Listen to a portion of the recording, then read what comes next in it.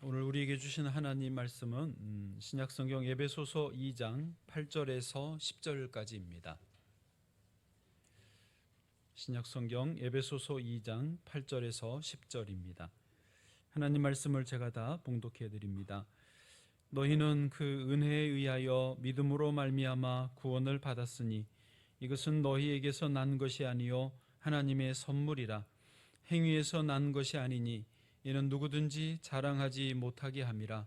우리는 그가 만드신 바라 그리스도 예수 안에서 선한 일을 위하여 지으심을 받은 자니 이 일은 하나님이 전에 예비하사 우리로 그 가운데서 행하게 하려 하심이니라.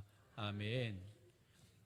오늘 새해 첫 주일 그리스도인으로 살면 좋은 점이라는 제목으로 말씀을 나눌 때 주께서 은혜 주시기를 원합니다. 2024년도 새해를 갑진년이라고 하더라고요. 청룡의 해입니다. 청룡을 사람들이 다 좋아하고 또 청룡이 갖는 의미가 아주 상서롭고 또 좋은 기운이 많다고 그래서 올해 기대감이 많으신 것 같습니다. 또 꼭 청룡해가 아니어도 청룡기 고교 야구대회, 청룡영화제 같은 청룡 이름을 딴 그런 대회들도 많습니다. 청룡이 왜 좋은가? 이제 거기 찾아보니까 용은 왕을 상징하더라고요. 그다음에 청색, 이제 요 5가지 색깔이 돌아가는데 지난해는 검은 토끼의 해인가 그랬죠. 올해는 청색의 해라서 또 용띠라서 청룡이 됐는데, 용은 왕을 상징하고 또 청색은 동쪽을 상징한다. 해가 떠오르고 새로운 기운이고 당당한 기세를 표현한다는 것입니다. 그래서 청룡이면 아주 번영, 힘, 좋은 그런 의미인가 봐요. 그래서 그랬는지 태조 이성계, 조선을 창건한 태조 이성계가 이제 청색 곤룡포, 왕의 옷을 청색으로 해서 입었다라고 합니다.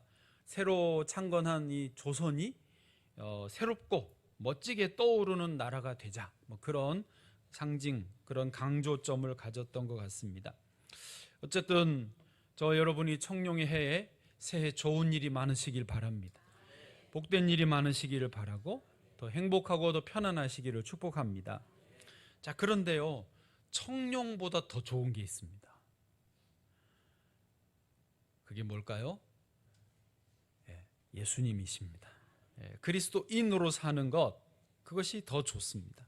물론 이런 말은 교회에서만 들으실 수 있는 말이죠. 근데 생각해 보면 청룡이 아무리 좋아도 올해만 지나가면 청룡의 해는 지나갑니다. 그러면은 이제 청룡에 좋았으니까 내년에는 뭘로 좋아야 되냐, 또 좋을 거리를 찾으셔야 되겠죠.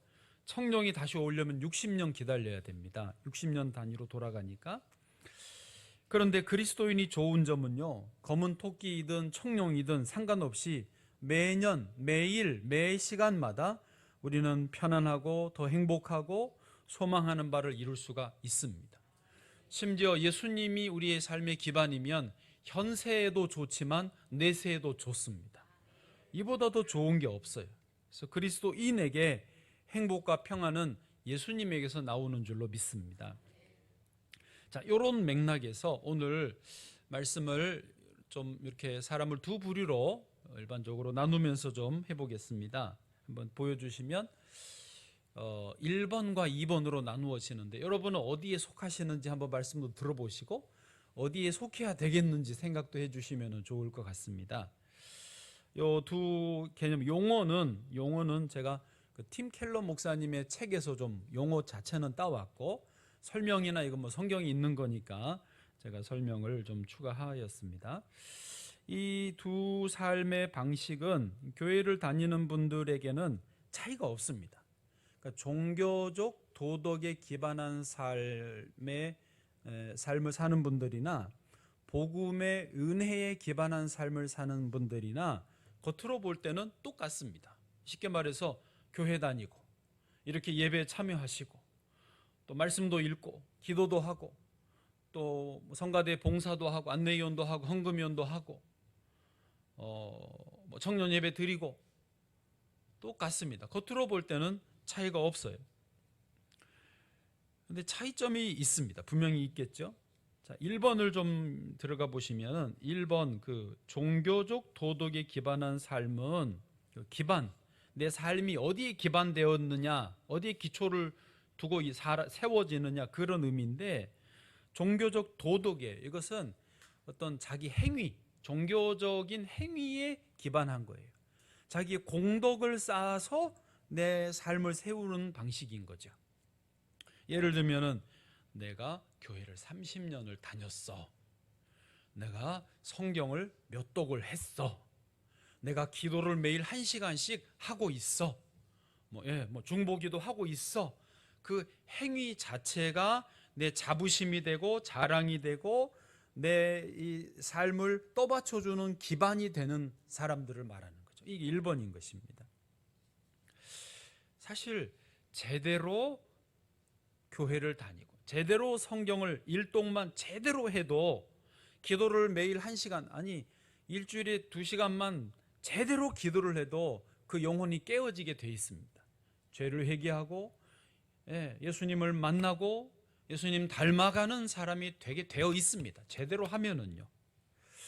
그런데 누구나가 다 대부분 처음 신앙생활 할 때는 초신자의 마음으로 예배도 이게 뭐지 하면서 관심과 호기심과 의미를 두고 예배에 참여하는데, 교회를 10년 아니 3년만 넘어도 목사님 말씀이 늘 그 말이 그 말이고, 했던 소리 또 하고, 성가대 찬양 노래 부르고, 더 이상 의미가 없이, 더 이상 신선하지 않고 그냥 타성해졌고 습관적으로 예배와 말씀과 기도에 참여하는 거예요. 처음엔 안 그랬는데 말이죠. 저는 제가 볼 때만 그러는 줄 알았더니 온누리교회 고 하영조 목사님도 이런 비슷한 말을 하시더라고요. 교인들이 1년만 지나면 달라진다고. 우리 교회만 그런 건 아닌가 봐요. 제법 많은 그리스도인들이 1번에 해당한다고 볼 수도 있습니다. 그런데 재미있는 점이 뭐냐면 1번에 해당되는 게 꼭 교회를 다니는 분들만 아니라 교회를 안 다니는, 신앙이 없는 비그리스도인들 중에도 요 1번으로 분류를 할 수 있는 분들이 많아요. 그러니까 1번의 핵심이 뭐냐면 내 존재, 내 삶을 떠받치는 힘이, 기반이 자기 행위잖아요. 자기 공덕이잖아요. 그래서 교회를 안 다니는, 신앙이 없는 일반인들, 현대인들이 요즘에 특히 이렇게 생각합니다. 아니, 내가 착하게 살면 되고, 내가 법 잘 지키면 되고, 내가 남에게 피해 주지 않고 살면 되는데 왜 굳이 교회를 다니고 예수님을 믿어야 되느냐. 나는 게다가 그 NGO 단체 같은 데가 매월 3만 원씩 5만 원씩 후원금도 보내서 아프리카에 내 이름으로 그 아이도 있다고 막 이렇게, 그러고는 여행 다니고 재미있게 자유롭게 살면 되지 뭐가 더 필요하느냐라고 요즘의 사람들은 많이 생각합니다. 안 그러세요? 전도해보면 교회 좀 가봅시다 그러면 아유 나처럼만 살아, 걱정도 없어, 이렇게 합니다. 다 자기는 착하고 법 잘 지키고 남 피해 안 주고 산다는 거예요. 그런데요, 이분들의 생각이 1번의 원리와 똑같다는 말이 뭐냐면 자기는 그러니까 착하게 살면이라고 하는 자기 행위예요. 내가 법 잘 지키고 살면 자기 공덕이에요. 남에게 피해 안 주니까 그 조건을 자기도 따지면서 그 기반 위에 자기를 세우고 있기 때문에 교회 다니면서 종교적 도덕으로 쌓는 사람이나 교회 안 다니면서 내가 착하고 도덕적으로 잘 지키면서 사는 사람이나 똑같은 거예요. 바꾸어 말하면 교회를 지금 다니고 예배를 드리고 있지만 교회 안 다니는 사람과 똑같은 경우가 있다는 거예요. 너무 심각합니다. 첫 주일부터. 그런데요, 우리가 이 1번을 계속 조금 더 파고 들어가면은 이 질문을 해야 돼요. 무슨 질문을 해야 되느냐? 과연 내가 아무리 착하게 산다고 할지라도 진짜 완전하게 선할 수 있는가, 인간이? 내가 아무리 법을 다 지킨다고 해도 법을 어긴 적이 정말 한 번도 없나? 안 들켰을 뿐이. 들키면 범칙금 내겠죠. 운전하다가 카메라에 찍히면. 저도 그렇거든요. 100km 카메라가 있으면은 100km로 처음부터 끝까지 못 갑니다. 110km, 120km 가다가 카메라가 저쪽에 있다고 여기 알려주잖아요. 내비가. 그럼 브레이크를 살살살 밟던지 악셀에서 발을 살살 떼던지 해서 속도를 맞추죠. 안 들켰을 뿐이지, 그래서 감옥에 안 갔을 뿐이지 법을 다 지키고 사는 사람은 없습니다. 내가 나도 모르게 남에게 피해를 끼친 적이 눈꼽만큼도 없을까요? 나도 모르게 뭐 한마디 말했는데 나도 모르게 상대방에게 상처를 주는 일이 얼마나 많은데요. 그러니까 인간은 100%이 조건, 자기 행위, 자기 공덕을 100% 하며 살 수 있는 존재는 없다라는 거예요. 그런데 교회 다니면서 내 종교적 도덕에 기반한 삶, 교회 안 다니면서 내가 정한 내 도덕을 지키고 산다고 자부하는 사람들은 다 거짓이고 위선 위에 서 있는 거예요. 눈 가리고 아웅하는 거예요. 스스로에게 더 가증스럽게 되는 존재인 거예요. 그러면 이제 저한테 그렇게 되물으실 수 있어요. 아유, 목사님, 이 험한 세상 대충 살지 뭘 그렇게 너무 따지고 그러세요. 어떻게 사람이 완벽해요. 그냥 둥글하게 대충 살면 되지요 하고 반문하실 수도 있습니다. 뭐 그렇게 살고 싶으시면 그렇게 사셔도 제가 어떻게 하겠습니까? 그러나 우리 인간은 영적인 존재입니다. 우리는 행복을 추구하고 참 만족을 추구합니다. 그래서 다른 사람은 속일 수 있어도 내 자신은 못 속이는 거예요. 혹시 나를 속여도 하나님은 못 속이는 거예요. 그런 속임수, 그런 위선 속에서, 그런 표리부동에 안 맞는 속에서 결코 궁극적으로 행복할 수 없고 절대 만족을 누릴 수가 없습니다. 이게 문제인 거죠. 얼마 전에 뉴스에 보니까 한 엄마가 술을 드셨어요. 젊은 엄마가 술을 먹었다니까요. 나를 봐봐요. 술 기운에 자기 한 3, 4살 되는 아들한테 그렇게 말했어요. 네 아빠는 네 아빠가 아니야. 그러니까 애가 이제 들은 말을 아빠한테 말을 했어요. 아빠가 그렇지 않아도 평소에 조금 뭔가 의심스러웠는데 아이를 데려다가 유전자 검사를 해봤더니 진짜 자기 아이가 아닌 거야. 이게 뭐예요? 그 엄마가 몇 년 동안 숨기고 살았지만은 자기도 불안하고 불편했던 거예요. 취중 진담이라고 술 먹고 이게 나온 게 속에 있는 진짜가 나와버린 거예요. 그게 뭐 이혼했다나 하여튼. 여러분, 사람은 그런 거예요. 대충 살아가지만 그게 결코 사는 게 아닌 거예요. 10년째 도망 다니던 어떤 살인범이 경찰에게 붙잡혔습니다. 잡히자마자 첫 마디가 뭔지 아세요? 이제 편안합니다. 이제 2다리 쭉 뻗고 잠잘 수 있을 것 같습니다. 뭐예요? 10년 동안 안 잡히고 도망 다니며 살았지만은 10년이 불안하고 10년이 괴롭고 단 하루도 편안하게 잠을 못 잤다라는 거예요. 그냥 차라리 잡혀서 감옥에 들어가서 자는 게 훨씬 편안한 거예요. 이게 인간인 거예요. 그러니까 저한테 왜 그렇게 따지냐고 그러지 마시고 나를 잘 살펴야 되는 거예요.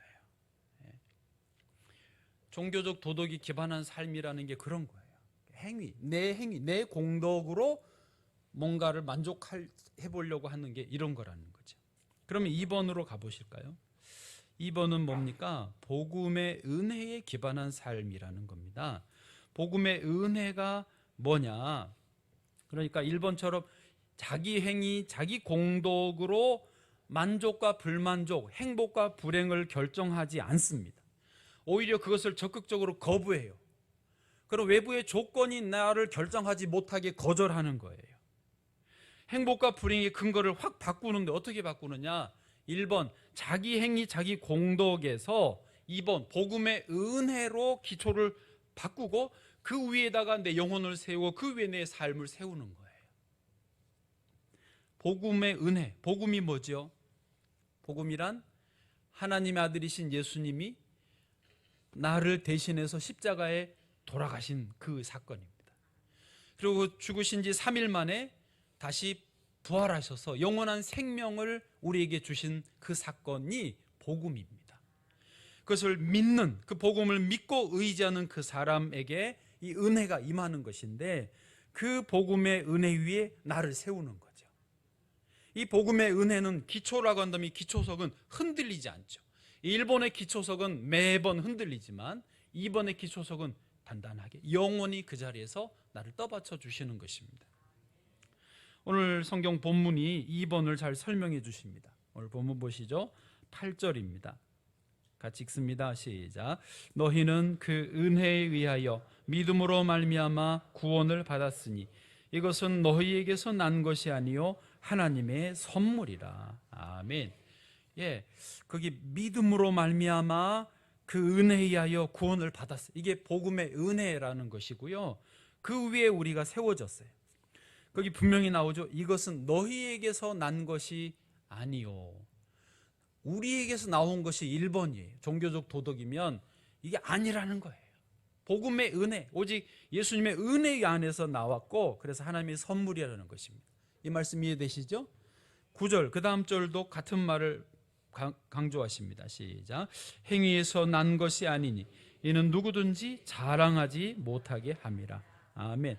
이것도 역시 내 행위에서 난 게 아니다. 내 공덕에서 나온 게 아니라는 거예요. 아니.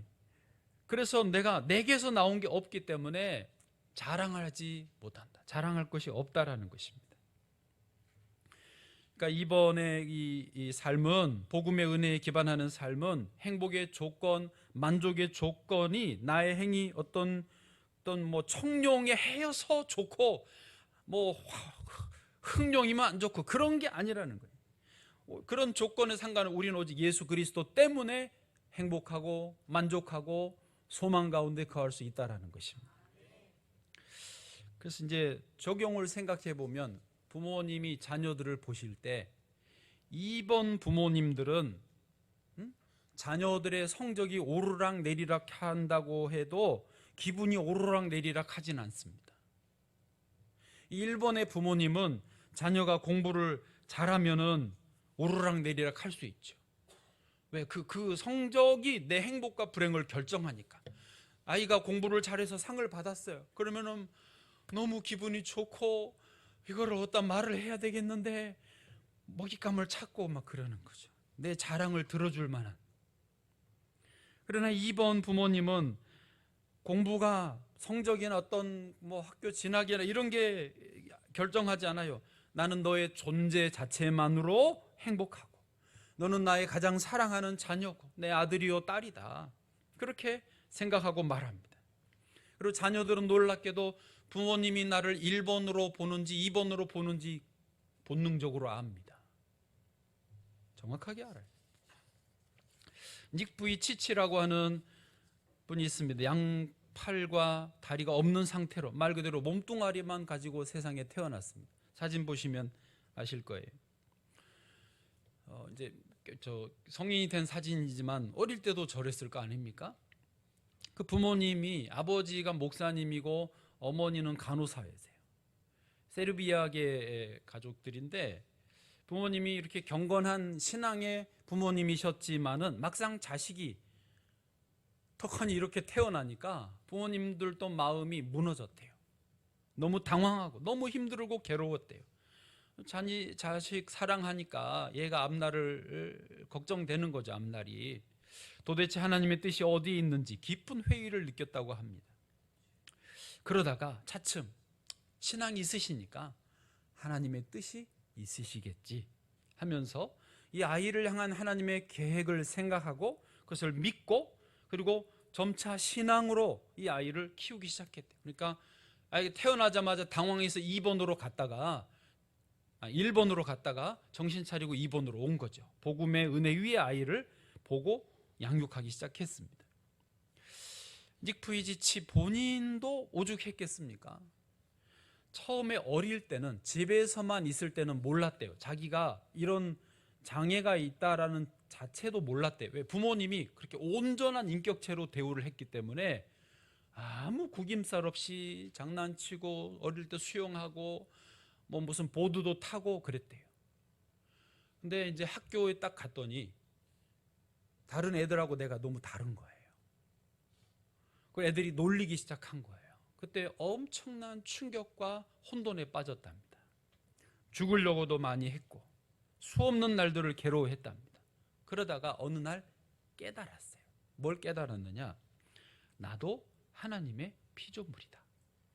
그리고 그분은 특별한 계획을 가지고 나를 창조하셨다. 책에 쓴 문장 그대로 제가 옮겨드린 거예요. 나도 하나님의 피조물이다. 그리고 그분은 특별한 계획을 가지고 나를 창조하셨다.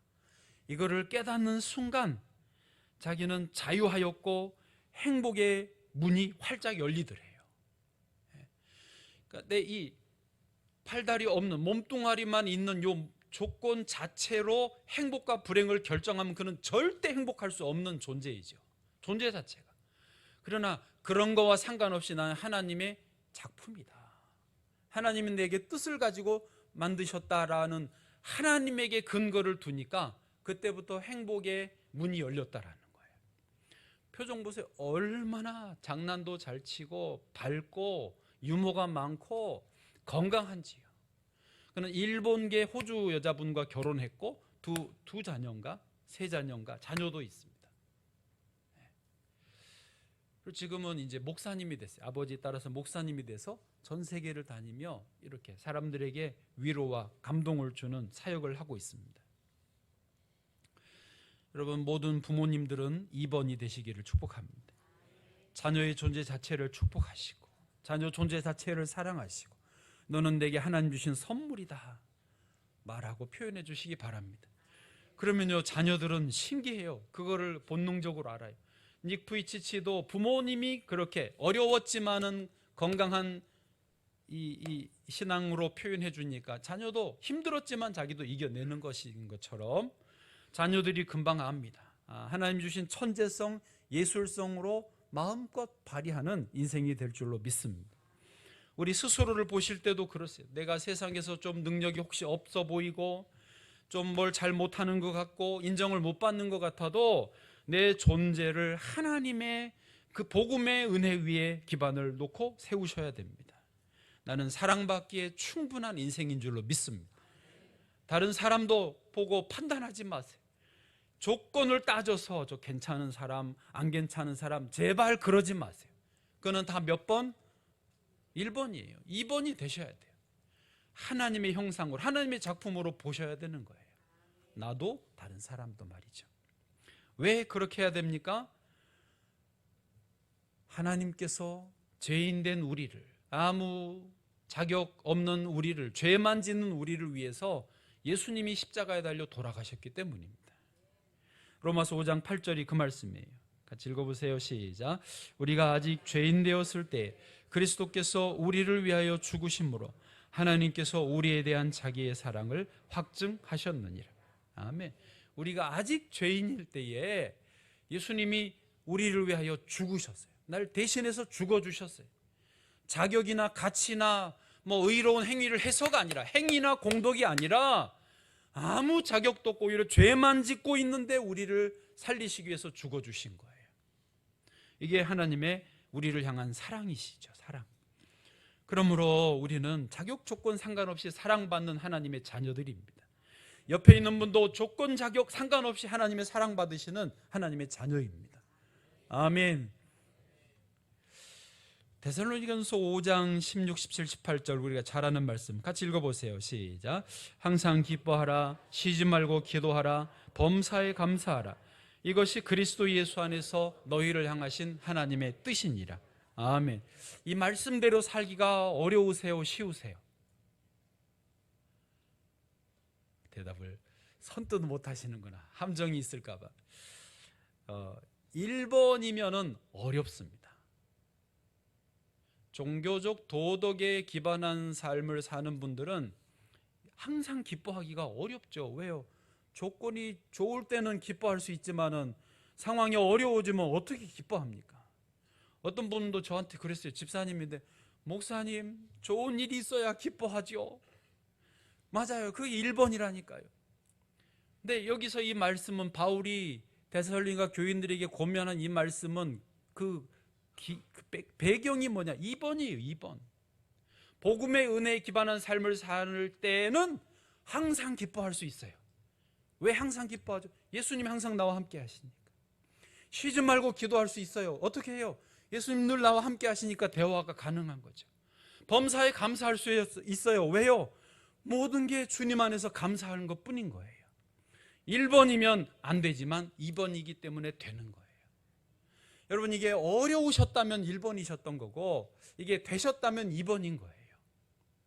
근거가 더 분명한 게 그 뒷부분에 이것이 그리스도 예수 안에서 너희를 향하신 하나님의 뜻이니라. 그리스도 예수 안에서, 바울은 항상 이거를 그렇게 표현하는데요, 2번을 표현하는 게 바울의 표현이 그리스도 예수 안에서입니다. 우리가 그리스도 예수 안에 있으면은요 2번인 거죠. 복음의 은혜 안에. 그래서 항상 기뻐하고 쉬지 말고 기도 범사에 감사가 가능하다니까요. 저절로 돼요. 저절로. 콧노래로 찬양을 부르고, 나도 모르게 혼잣말로 예수님과 대화하고 감탄하면서 너무 좋다, 너무 멋있다, 너무 맛있다, 너무 감사하다, 너무 신난다. 저 혼자만 신났어요. 네. 그래서 예수 믿는 복음의 은혜에 사는 사람은 얼굴 표정이 달라요. 눈빛이 달라요. 예배를 드리면서도 살아있는 예배를 드리는 거예요. 1번에 계신 분들은 2번으로 나오시기를 축복합니다. 저는 이렇게 딱 보면 2번으로 예배 드리는지 1번으로 예배 드리는지 딱 알 수 있는 건 아니에요. 네.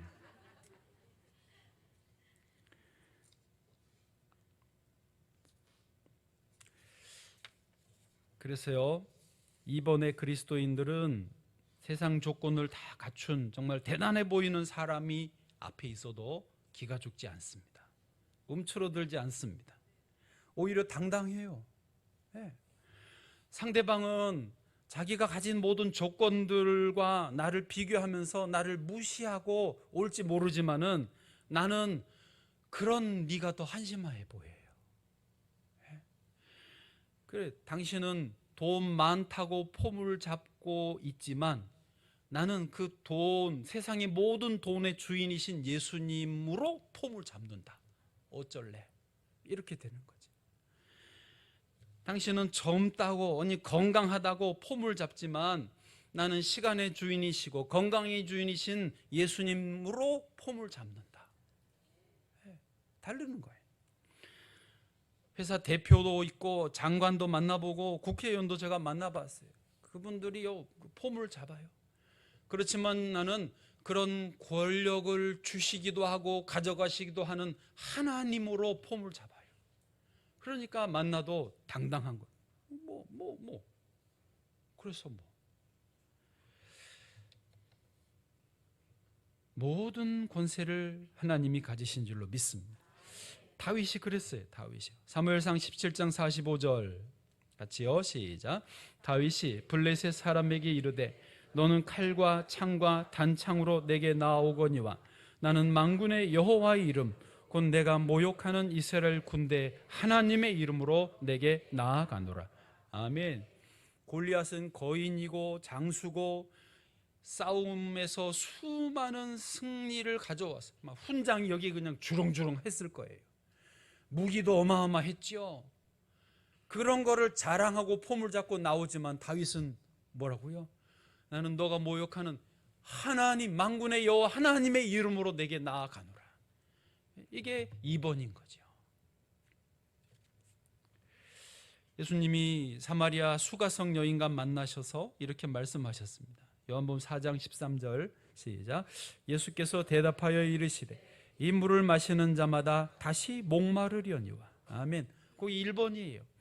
세상의 종교적 도덕, 행위, 공덕으로 자기 뭔가 조건으로 목마름을 해결하려는 사람은 계속 마셔도 또 목이 말라요. 밑 빠진 독에 물 붓기예요. 가져도 부족하고 올라가도 더 위가 있고 더 잘난 놈들이 있고 만족이 없어요. 비교당하면 열등감만 느끼는 거예요. 그러나 14절 예수님 뭐라고 그러시죠? 시작. 내가 주는 물을 마시는 자는 영원히 목마르지 아니하리니 내가 주는 물은 그 속에서 영생하도록 솟아나는 샘물이 되리라. 아멘. 할렐루야. 영생하도록 솟아나는 샘물이 이 안에 있어요. 예수님 때문에 말이죠. 그리스도인으로 살면 이렇게 좋은 것입니다. 물론 이제 말씀을 정리해 보시죠. 우리는 물론 사람이고 이 세상에 살기 때문에 아까 닉 부이치치 부모님처럼 어려운 일을 겪으면 나도 모르게 1번이 되기도 합니다. 그건 인정해요. 그러나 주님은 우리의 그 약함을, 이 세상의 험한 그 상황들을 주님은 너무 잘 아시고 우리를 이해해 주십니다. 예수님이 내 안에 분명히 계시면, 또 주님 도와주세요 마음을 열면 주님이 다시 언제나 돌아오셔서 나를 바로잡아 주시는 줄로 믿습니다. 1번에서 2번으로 옮겨주시는 거예요. 배 평형수가 가득하면 기울어졌다가도 복원이 되듯이, 오뚜기가 기우뚱 해도 바로 똑바로 설 수 있듯이 주님을 의지하고 또 마음을 열면 주님이 우리를 늘 2번으로 바로 세워주는 줄로 믿습니다.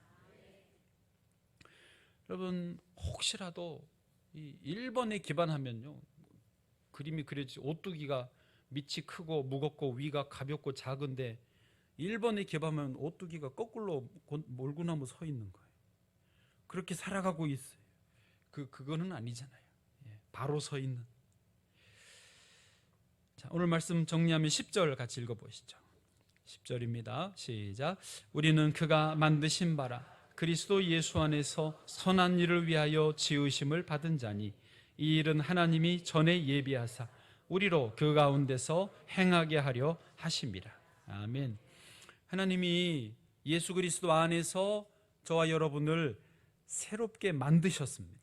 재창조하셨어요. 여기 만드신 바라 지으심 받은 자니 두 번 만들었다는 표현이 있는데 전부 다 재창조를 의미합니다. 무슨 말이냐면 처음 창조는 창세기에서 있었고, 그렇죠? 인간이 타락한 다음에 예수 그리스도 안에서 우리를 재창조하셨어요. 저와 여러분은 예수 그리스도 안에서 재창조된 하나님의 자녀들인 줄 믿습니다. 그런데 이 10절에서 무엇을 위하여 재창조되었느냐 써 있습니다. 뭐라고 돼 있죠? 선한 일을 위하여 지으심을 받은 자니. 선한 일, 여기 일이 나오는데 행위입니다.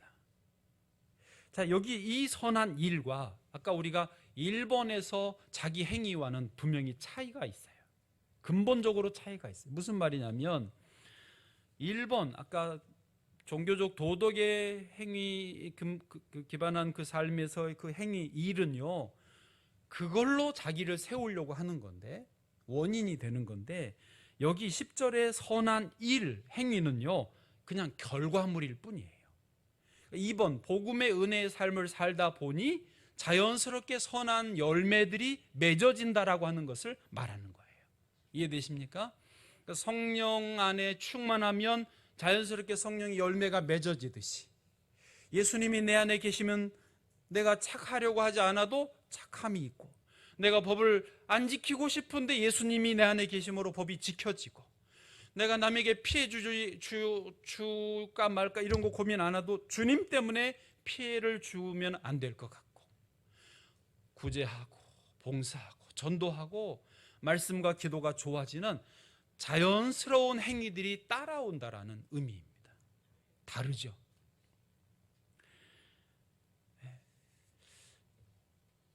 주님이 이렇게 건강한 삶을, 선한 열매를 자연스럽게 맺게 해주시는 저와 여러분 되기를 축복합니다. 올해 이제 그 새 표가 하나님의 영광을 위하여입니다. 이것도 어떤 하나님 영광을 위하여 뭔가 우리가 하자 그런 것인데요. 처음부터 이 말을 하기가 좀 오늘 첫 주에 그래서 이 기초를 오늘 다시 좀 강조하면서 말씀을 나누었습니다. 고린도전서 10장 31절에 그런즉 너희가 먹든지 마시든지 무엇을 하든지 다 하나님의 영광을 위하여 하라고 그랬습니다. 하라, 행위를 하라는 것이지만은 그 출발은 내 안에 계신 예수 그리스도이셔야 합니다. 사람에게 보이려거나 사람에게 인정받으려거나 그런 게 아니라 내 안에 계신 예수 그리스도로 인하여 자연스럽게 나오는 모든 행위들로 하나님 영광이 나타나지시기를 주의 이름으로 축복합니다.